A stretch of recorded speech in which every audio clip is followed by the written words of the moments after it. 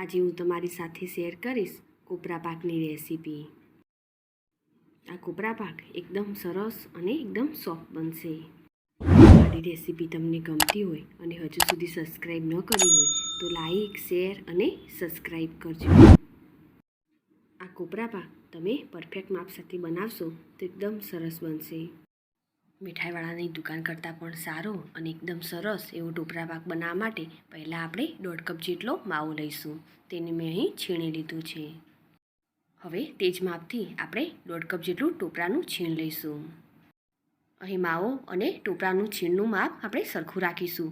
જેટલો આપણે માવો લઈશું તેટલું જ આપણે ટોપરાનું છીણ લઈશું। મેં અહીં ગળ્યા માવાનો ઉપયોગ કર્યો છે। હવે આપણે અડધા કપ જેટલી ખાંડ લઈશું।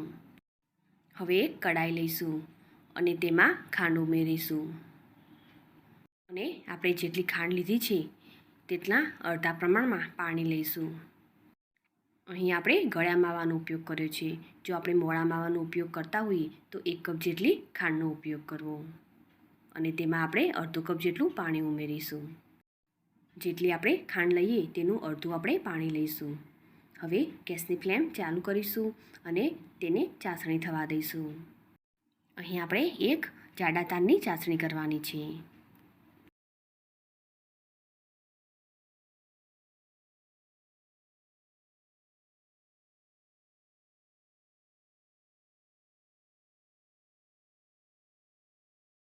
થોડી વાર પછી આપણે તેને ચેક કરીએ તો હજુ પણ તેનો તાર બનતો નથી। હજુ પણ આપણે તેને ગરમ થવા દઈશું।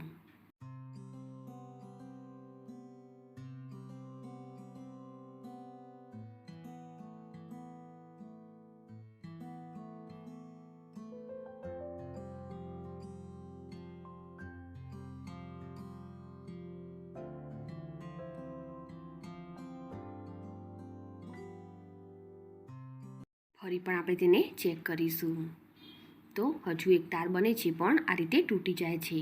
હજુ પણ આપણે તેને થવા દઈશું।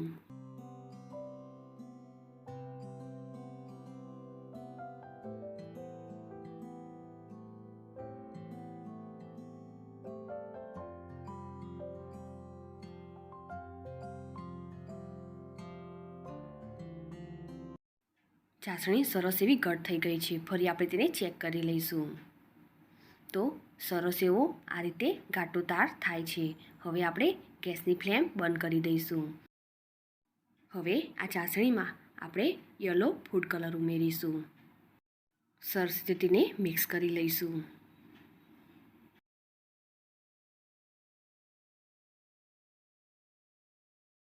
હવે તેમાં વાટીને થોડી ઇલાયચી ઉમેરીશું અને મિક્સ કરી લઈશું।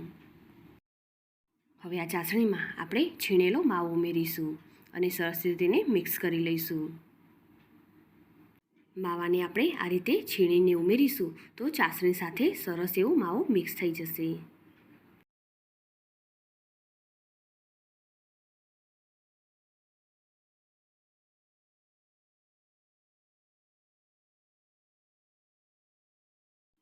માવો સરસ રીતે મિક્સ થઈ જાય પછી આપણે તેમાં ટોપરાનું છીણ ઉમેરીશું। તો પહેલાં આપણે 1 કપ જેટલું ટોપરાનું છીણ ઉમેરીશું અને સરસ રીતે તેને મિક્સ કરી લઈશું।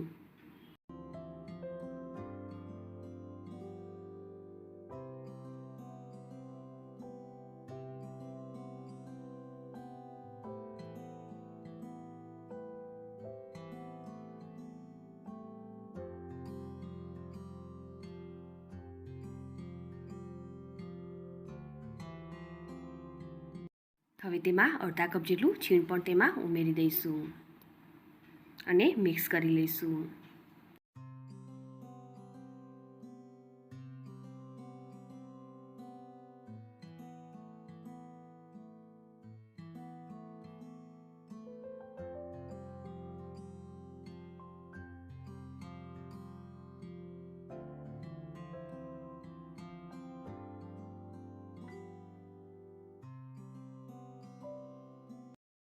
કોપરા પાક બનાવવા માટેનું આપણું મિશ્રણ રેડી થઈ ગયું છે। હવે જે પ્લેટમાં તેને આપણે કાઢી લઈશું તેમાં આપણે ઘી લગાવી લઈશું।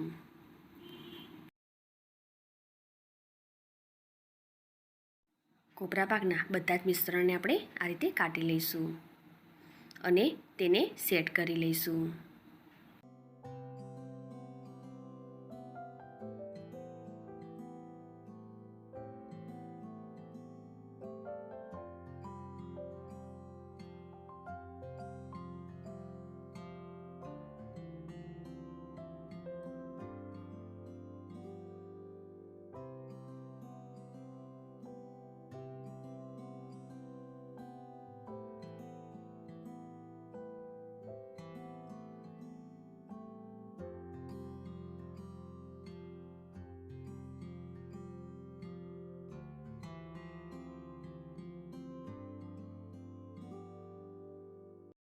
કોપરા પાકને આપણે સેટ કરી લીધો છે. હવે તેના પર આપણે ચાંદીનું વરખ લગાવીશું. ચાંદીના વરખની જગ્યાએ તમે ડ્રાયફ્રૂટ કે પછી ટોપરાનું છીણ ઉપર ઉમેરીને તેને ગાર્નિશ કરી શકો છો.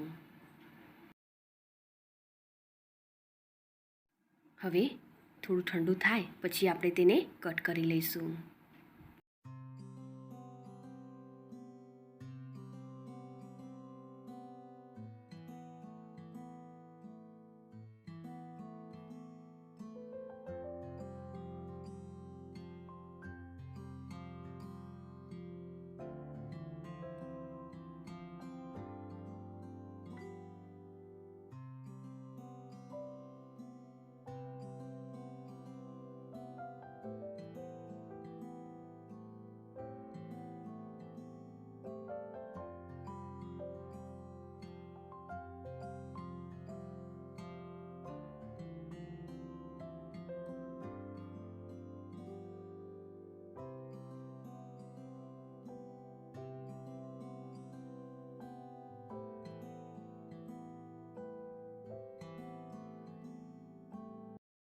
હવે તેને આપણે બિલકુલ ઠંડુ થવા દઈશું અને પછી આપણે તેના પીસ બહાર કાઢીશું.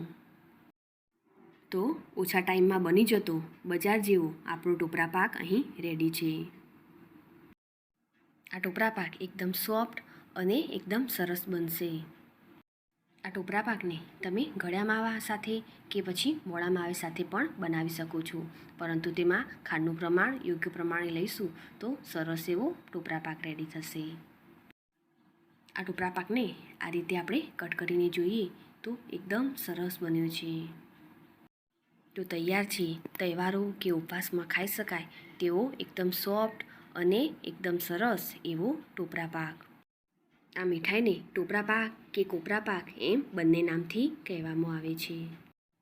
મારી આ રેસીપી તમને ગમી હોય તો ચોક્કસથી લાઈક કરજો. સાથે જ તમારા ફેમિલી મેમ્બર્સ અને ફ્રેન્ડ્સ જોડે શેર કરજો. અને મારી આ ચેનલને સબસ્ક્રાઈબ કરી બાજુ આપેલ બેલ આઇકોન પ્રેસ કરજો, જેથી નવી રેસીપીના અપડેટ તમને મળતા રહે. ફરી મળીશું આવી અવનવી રેસીપીના સાથે.